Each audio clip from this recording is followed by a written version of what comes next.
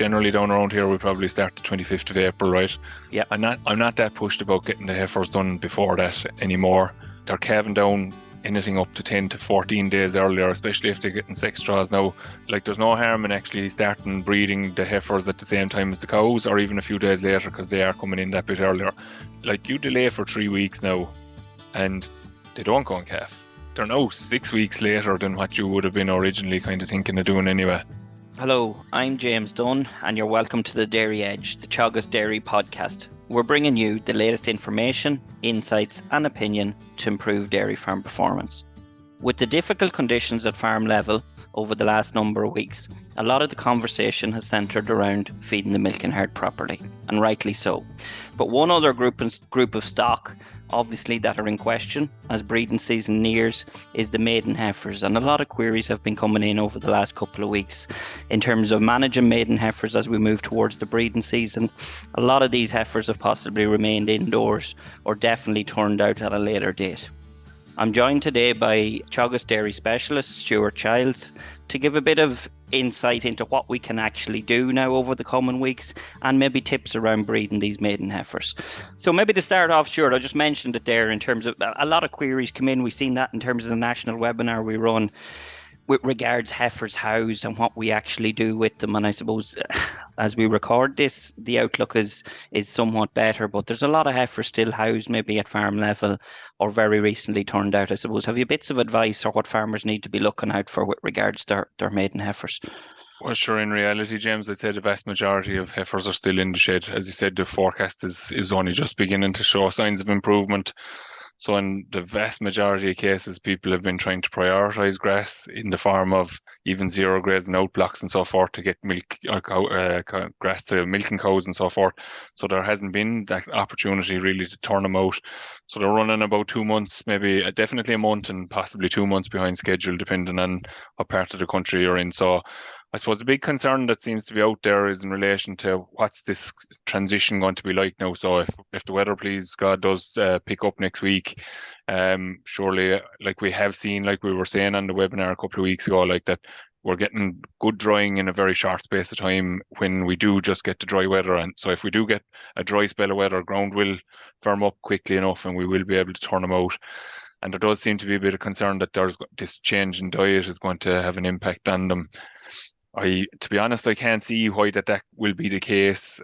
Like we're talking about going from silage plus meal where we're growing away at 0.6 probably in reality, maybe on your commercial level farms where targets would be 0.7, going to kind of nearly 1 kilo a day effectively when we get out to reasonable quality grass. So it's the availability of grass will probably be the bigger concern for me, and just making sure that once they go out that they kind of stay out really probably would be the most important thing. Yeah, so that, as you say, in terms of a lot of the conversation now is the concern we're turning them out maybe a week, 10 days before breeding. What I'm hearing, Stuart, is do we turn them out? Do we wait and breed them in the shed? When do we turn them out then? So what are you saying here in terms of the advice? You mentioned in terms of grass availability, but is the message to get those heifers out if at all possible? Yeah, sure. Ideally, yes, James. That's because, as I said there a second ago, like the quality of the diet is going to improve straight away once they do go out. The reality of it is, in a lot of circumstances, they're not going to have the option of keeping them in the shed, to be honest, because they won't have the silage in the yard in a good few cases. So they are going to have to be pushed out. So from that point of view, I think just go about getting them out. If people are very concerned, and the big question that I'm coming across, James, is the transition from the housed diet to the grazed grass diet. And if people are really, really bothered about that, well, look, the practicality of this mightn't be hugely great now, but if you're really bothered about it, for the 2 or 3 or 4 days after they do go out, continue to give them the concentrate that they were getting and just help them to just get used to being out again. Like, no, it's been a long time since they went in. Sure, they went in earlier than any other year last year as well. Like, so they're in the sheds quite a long time. So, but from a nutritional point of view, assuming that the weather does come right and it's not lashing rain down on top of us again still, and sure, look, if it is, I don't think they're going to go out anyway. So, if the weather is right, grass quality is going to be better than any silage that they're getting. And as I said, if you just want the comfort of giving them the little bit of extra concentrate for a couple of days just while they're switching over, they'll be fine from then on. I suppose the only concern I'd have for them going on an all grass diet is actually from a mineral point of view. And in the short term, even that's not really a major concern because there's going to be a very tiny, there'll be a week of a carryover effect of the feed in terms of mineral content and so forth. So they'd get away for a couple of days. And then we'll be talking about in a minute in terms of synchronization. If there are concerns around minerals, they're either being made available in the field to them through buckets or whatever, or else they're going to be bolused or injected with some sort of a mineral to cover them for the trace minerals because it just will be lacking in the grass. There's no two ways about it. Okay. And in terms of maybe for those heavier farms where it's not possible to get heifers out maybe over the coming days and it's going to run closer to breeding, and maybe heifers will in some cases be ultimately bred indoors, is there any issue then, or is there a period because the question always comes then, well, they're bred indoors, do I need to leave them a certain amount of time? And then you're running well into that kind of May period, Stuart. At what point do we get them out, I suppose? Like, Yeah, can they be so served and be put to grass within a number of days, I suppose, if that has to be done? yeah, I've looked at a couple of farms, James, where they have served them indoors and looking at their figures. And now these are farms that are serving them, and effectively, you could nearly say putting them straight to grass. Now they're not necessarily going straight to grass, but it's basically once there's a load ready to be transferred out to the out farm, they're being loaded up and they're taken away. So there are heifers there that might be 2 or 3 days inside before they're moved, but then there's also heifers that are basically served that morning and they're loaded onto the trailer and away they go. So, and that's not impacting on their reproductive performance in terms of that they have a high they have a high first service conception rate with those heifers. So that transition of the diet isn't a big issue. I think the big concern around the transition of the diet is the energy content of it. Like, so if the stock are housed, they need to be well fed, no different to the milking cow. And then when they do go out, they need to have oceans of good quality grass basically available to them. You don't want to be pinching them when they do go out. Like trial work that was done in Athenry many years ago, way back, it's easily 30 years ago now, James, to be honest, would have shown that it's the fluctuation in intake is actually a bigger issue. So you could actually, dare I say it, starve heifers and their conception rate wouldn't be affected as long as you kept them starved, or if you keep them well fed. It's the same thing. Actually, it's Kevin Stagg that would have done that work. Actually, that's in Killarney. Would have done that work. It's the fluctuation. So if they're on a high plane of nutrition and you drop the nutrition and you rise it up again, that actually has a bigger impact on fertility than a consistent form of feeding. So keep them well fed shouldn't be an issue. And by that, in terms of when you're saying well fed, when they are housed at the moment, look at silage quality is an issue. Obviously, it's quantity that really people are talking about, and rightly so now. So a lot of silage that's been fed to animals is of poorer quality. What are you talking about feeding in terms of feeding rates there for the heifers over the coming days before they get out? Sure, generally speaking, James, during the normal kind of a run of a winter, we're talking about 2 kilos. And we have seen farms that have tested their silage and found good quality and they get away perfectly fine with 1 kilo. So like, if you know that you're dealing with 65 or 60 MD type silage, you know that that's not really any major good. So you're probably just going to compensate for the fact that they don't like, and it'll do two things for you because you're tight on silage as well. Now you're trying to maybe replace a little bit of the silage. So give them the 3 kilos in that scenario and just reduce down the silage available to them then as well. So to stretch that out. And it's effectively just replacing the energy. So ideally people would know what they're feeding in terms of quality. Now that can vary obviously at this stage because of running out of feed or running out of silage or going to the back of a pit, which is obviously not always as good as the core of the pit maybe. But just if you feel that looking at what you're feeding them that it doesn't look great, just give them that little bit extra in the short term just to keep them right, because now is the time to feed them if you're going to feed them. Like, yep, absolutely. That nearly follows on in terms of if farmers have, I suppose there's that question around in terms of it was a difficult back end. A lot of farmers I've spoken to in terms of maybe felt heifers come in that little bit lighter. Question marks around silage quality. The hope was that we get out early, obviously, in terms of get that kilo again a day that you do get with spring grass. Any advice in terms of for farmers, maybe if they're in a position where they're a bit unsure in terms of their heifers, if they're maybe just not fully happy with where they're at? yeah, well, sure, James, I suppose we're always talking about weighing them. That's the ultimate. And like farmers really need to think about that throughout the summer period for the first season as well. I think like weighing calves in the month of June, weighing them again in the month of August, probably that kind of thing, or any time that they come into the yard really for if they're coming in for a dose or if they're coming in for something that just the first time is the most difficult time to get them up on the scales, and once they know what's going on, then they'll hop up on it the next time, and it's quite easy to do it. So that's the best barometer of performance of stock.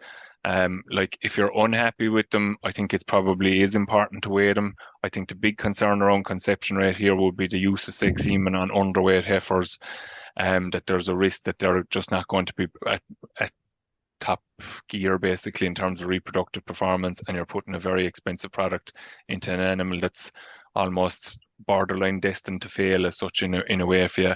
So I think in those scenarios, you probably just be careful with it. I think it's important that people weigh those stock, and again, I suppose if we're talking about the maiden heifers and going to AI now, but if anyone is to take a lesson out of it for the coming year, it's make sure that the calves that are on the ground this year go into the house in as good a shape as possible. Now, look, you have to acknowledge that the weather conditions are beyond our control, but there are stock that suffer as a result of maybe just like we get fed up of having them inside around the yard as calves maybe, and they're turfed out and they're just not right in terms of where they should be at when they do go. So they're maybe weaned a little bit light, that kind of thing. They're those later calves in particular.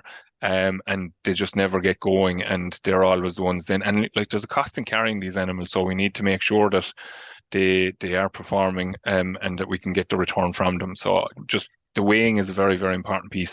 And I suppose just to put it in context for people, like what weight are we talking about? You're going to ask probably. Yeah. So like the average maintenance sub-index in the country is €13, and that means that the average cow in the country is 576 kilos. So if we when we always talk about a 60% of target weight, which our mature weight for breeding at 15 months, that's bringing you at 345, 350 kilos. So people need to have the heifers hitting that target. And I suppose the other important thing there, James, too, is that's the average of the group. The range around that average is important as well, because your group of heifers could be on target, but you could have significant variation within the group of stock as well. So weighing, look, there's multiple ways of doing it. FRS are probably doing it. ICBF are doing it. Even some of the Teagasc offices I know around the country actually have scales as well that people can get a loan of from time to time as well. That can vary from region to region. I just know it does happen around here, and it's weighing them is the most important thing. Like, and as I said, people might be going doing something in relation to bolusing, or they might be bringing them in there now one of these days for to go synchronizing them, land them up in the scales, check the weight, and make the decision then as to whether we're going sixth or conventional maybe in that scenario then. Yeah, absolutely. And one thing that comes up, and what would you say in terms of the farmers is, look, they're a little bit behind in terms of where we weighed them. They're behind where they need to be. We're late turnout. I'm going to delay the start of breeding on my heifers. Yeah, so I suppose there's two sides to it, James. I wouldn't be in a rush to start the heifers in terms of, we'll say, like generally down around here, we probably start the 25th of April, right? Yeah. I'm not that pushed about getting the heifers done before that anymore. Like they're calving down anything up to 10 to 14 days earlier, especially if they're getting sex draws now. They're definitely landing 10 to 14 days ahead of time. So maybe like the unfortunate thing is the pressure that's on the technicians to do this now. So like ideally, like there's no harm in actually starting breeding the heifers at the same time as the cows, or even a few days later, because they are coming in that bit earlier.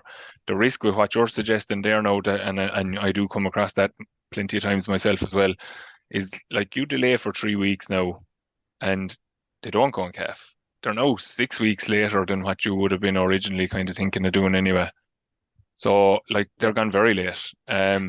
So in reality, I think unless they're extremely underweight altogether now, and if they are extremely underweight, James, the likelihood that their cycling is limited, their reproductive performance is severely compromised by the fact that they haven't hit their target weight in the first place anyway.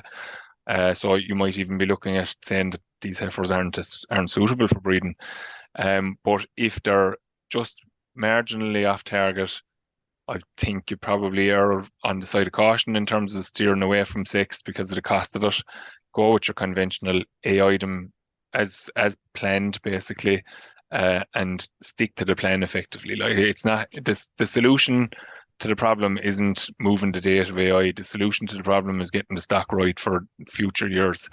Yeah. And I would say as well that you're talking about turning them out there. They're if they are behind target, they need to be fed along with the grass then in that scenario for definite, because you need to keep them pushed. The other thing is the bang for your buck for the feed that you'll put in now at this stage, just given that they're, we'll say 350 kilos or 300 kilos, we'll say that they're off target or whatever. Like, you're getting a far greater return for the dry matter that you're putting into them in the form of concentrate there than you are when you're going into the end of this year now and they're heading into a house. Your 2 kilos doesn't go very far there, whereas it's going to go a long way for you now. So if they're off target, turn them out, continue to feed them, and don't change the plan. Get them bred, yeah. So really make up the ground ultimately is the message there, Stuart, as over the next 6 to 10 weeks, but don't deviate from the plan, because you're going to end up with a high percentage of late calf and heifers, really, is what I'm getting from you.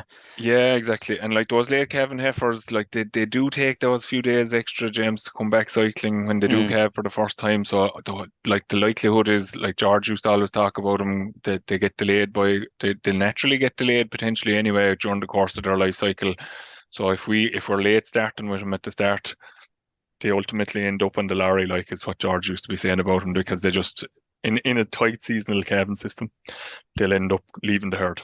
And you mentioned that in terms of all the costs associated now with bringing replacements through, in terms of we want to ensure that they stay in the herd for as long as possible, obviously. Absolutely. A couple of questions then around sync programs, in terms of what's happening on the ground, what's number one, what's the choice out there at the minute? Well, sure, I suppose the Rolls-Royce version of synchronization is your full synchronization program with your seeder or your PRID, your 2 shots of GnRH, your 2 PGs, and your AI then on at the appropriate time. And I suppose I'm kind of slow to give advice in relation to it, because it's important that people follow an exact protocol, and there can be a variation in some of what's going around there, so people need to be careful about that they're following the correct protocol for what they're doing.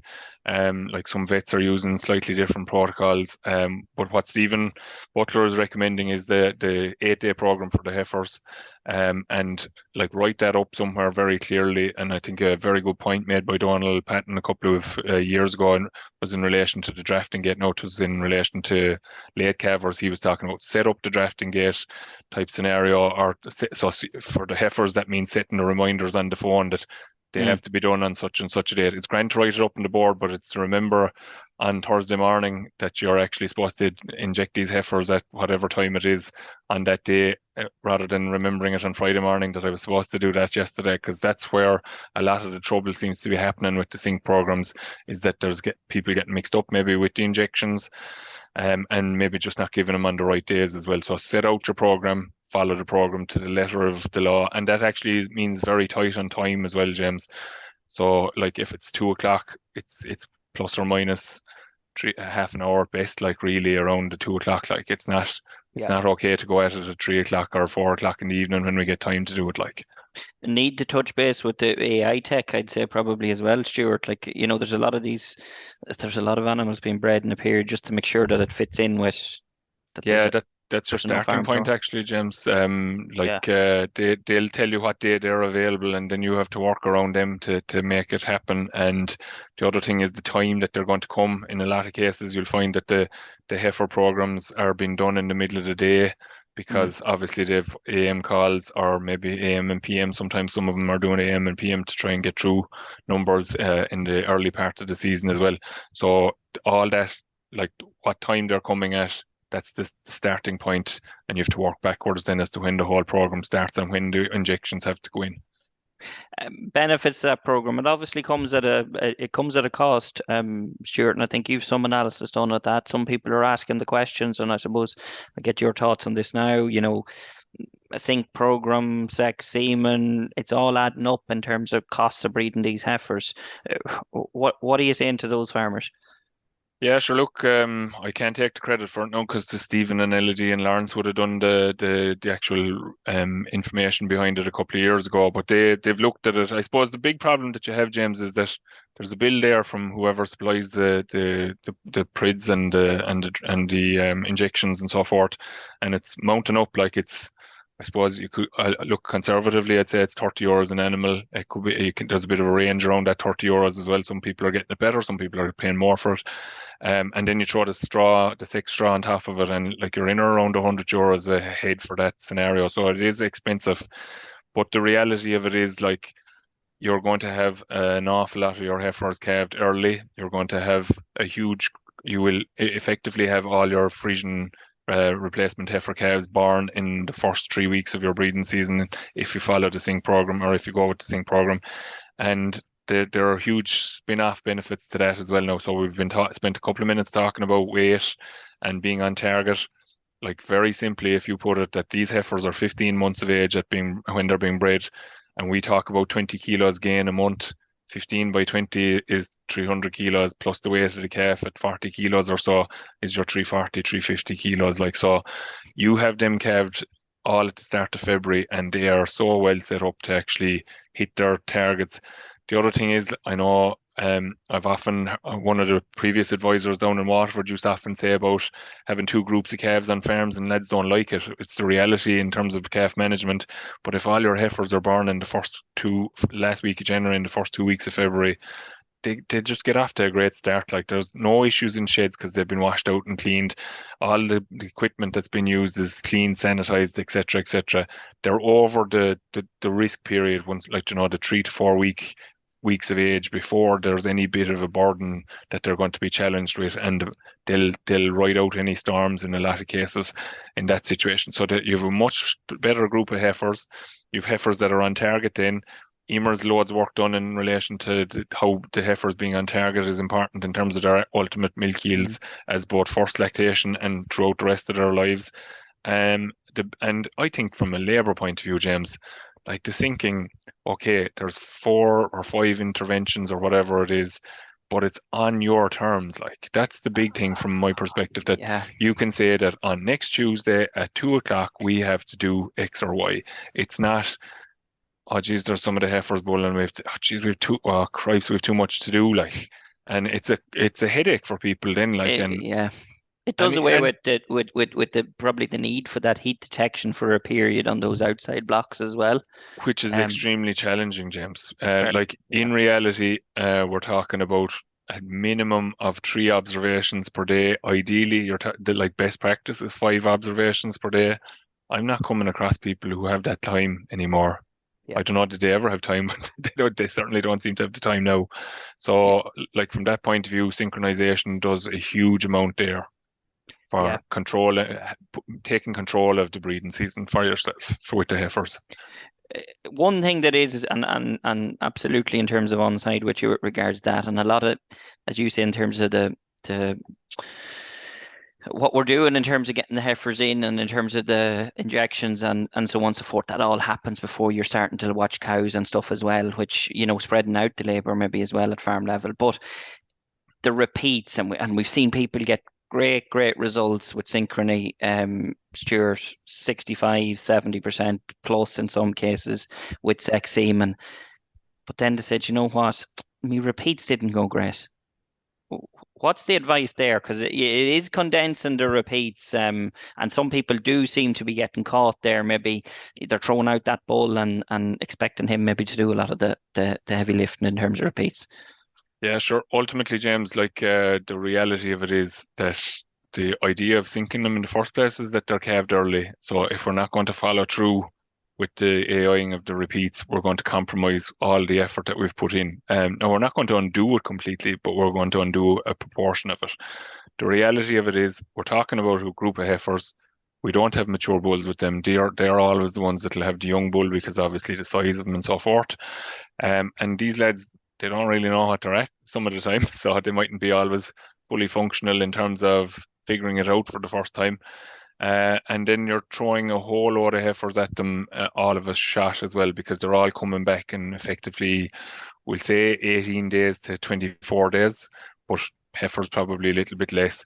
So I just checked it to be sure. I said I talked to Dennis Howard there, the vet Munster Bovine, earlier today, And like in reality, those young bulls are really only capable of serving one heifer a day. So what you're going to have is if you have more than one heifer a day coming back, that bull is going to be jumping on him, all right, but he's not actually going to do anything with him. So straight away, we're now looking at another repeat again in 3 weeks' time, and our heifer is now 6 weeks later calving. So our February calving heifer has now become a Patrick's Day calving heifer potentially at that stage, and it's kind of undoing what we're trying to do in terms of, as I said already, getting them calved early and giving them that greater opportunity to come back into heat and so forth, and then give them a better chance of going in calf again subsequently. So the reality is, look, the bull has a role.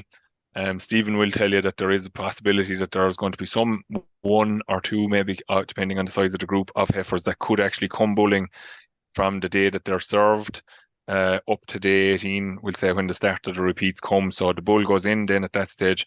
Look, that works in two senses, that he gets a little bit of training and such, and he's not under pressure.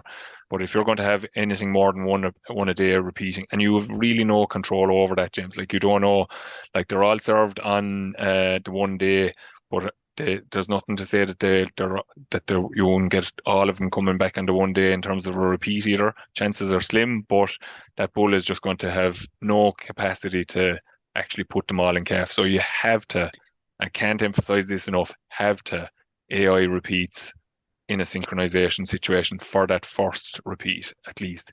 You just have to take down the workload for the bulls, even with multiple bulls, James. It's like The reality is, Stuart, that's probably 3 days. Call it. If there is yeah. if there is bulls there, they'll handle that one, as you say, but it's probably that period in terms of 18, 19, 20, or 19, 20, 21, that sort of those days where it is going to be 3 days where animals are probably going to have to be AI'd, isn't it? Yeah, and again, it's coming around to the structure of the work and stuff again, James. I think like you just know that they're going to be bulling again, probably that 18 to 20, so the 3 weeks later, effectively, and 3 days either side of your 21 days is what you're going to be watching them for. You leave that young bull with them and expect him to do his job, there's a good chance he's going to get hurt. So next thing we know, we've no bull, and we're going back AIing anyway.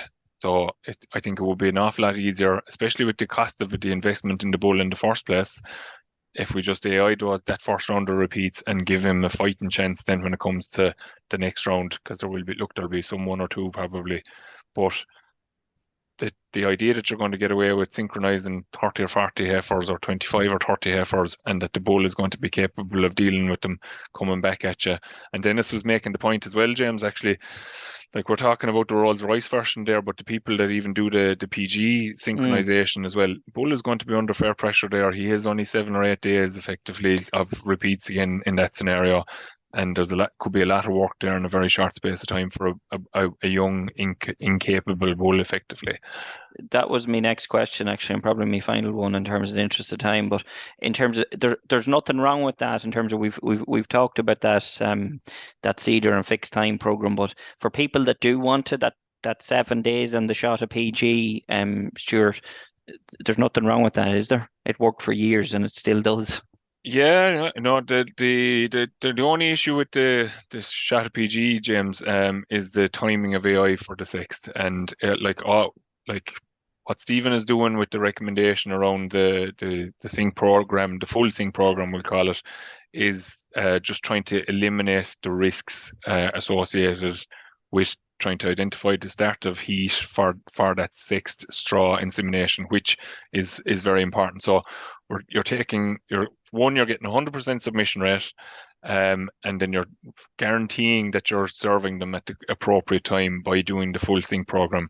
And again, when we take it that six straw is effectively two, if you throw the serve into it as well, it's 2 to 3 times dearer than your conventional straw. So you need it to go well, and the reality of it is you need to take control of the time of the serve when you're going to do that.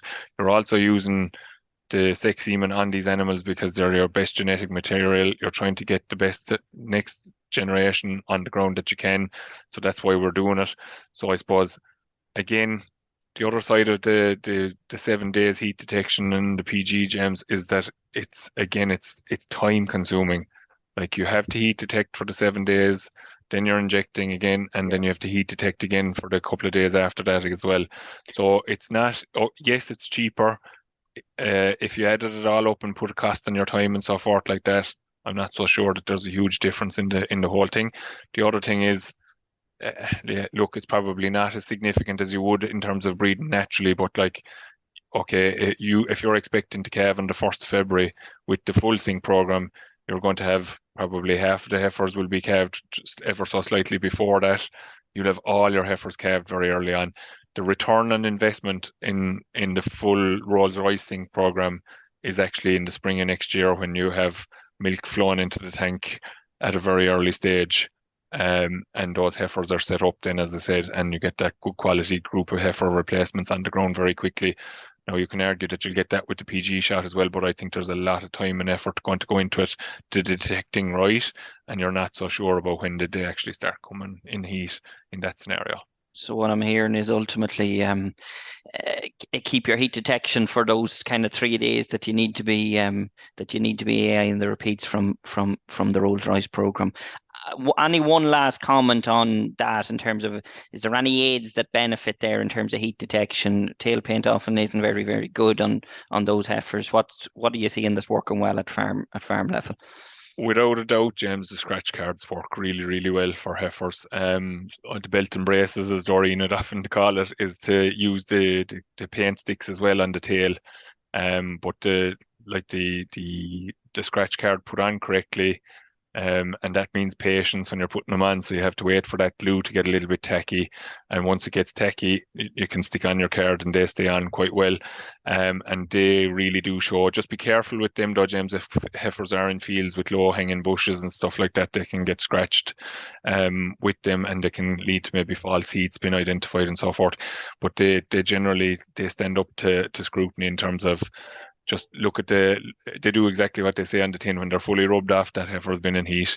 But it's just the time has to go into watching them. Then you have to see them in the morning and see them maybe in the middle of the day and again in the afternoon again to know when did that start to happen. Like, very good, Stuart. Look, that has cleared up, I think, and lots of good advice there over the coming weeks in terms of what we need to be doing with maiden heifers, and probably alleviated a lot of fears in terms of that, turning heifers out. And is that going to have an impact? And then in terms of what we should actually be doing in terms of breeding those heifers. At the end of the day, they're the best genetics. There's a lot of money has been spent on them up until that point. We need to get them in calf, and ideally get them in calf with sex semen, as we've said. So look, thanks a million, Stuart. That's it for this week's episode of the Dairy Edge podcast, folks. Don't forget to rate, review, and subscribe to the podcast. You can listen on Apple, Spotify, or wherever you get your podcasts. And for more information, go to the Teagasc website at teagasc.ie. I'm James Dunne, and join us next time for your Dairy Edge.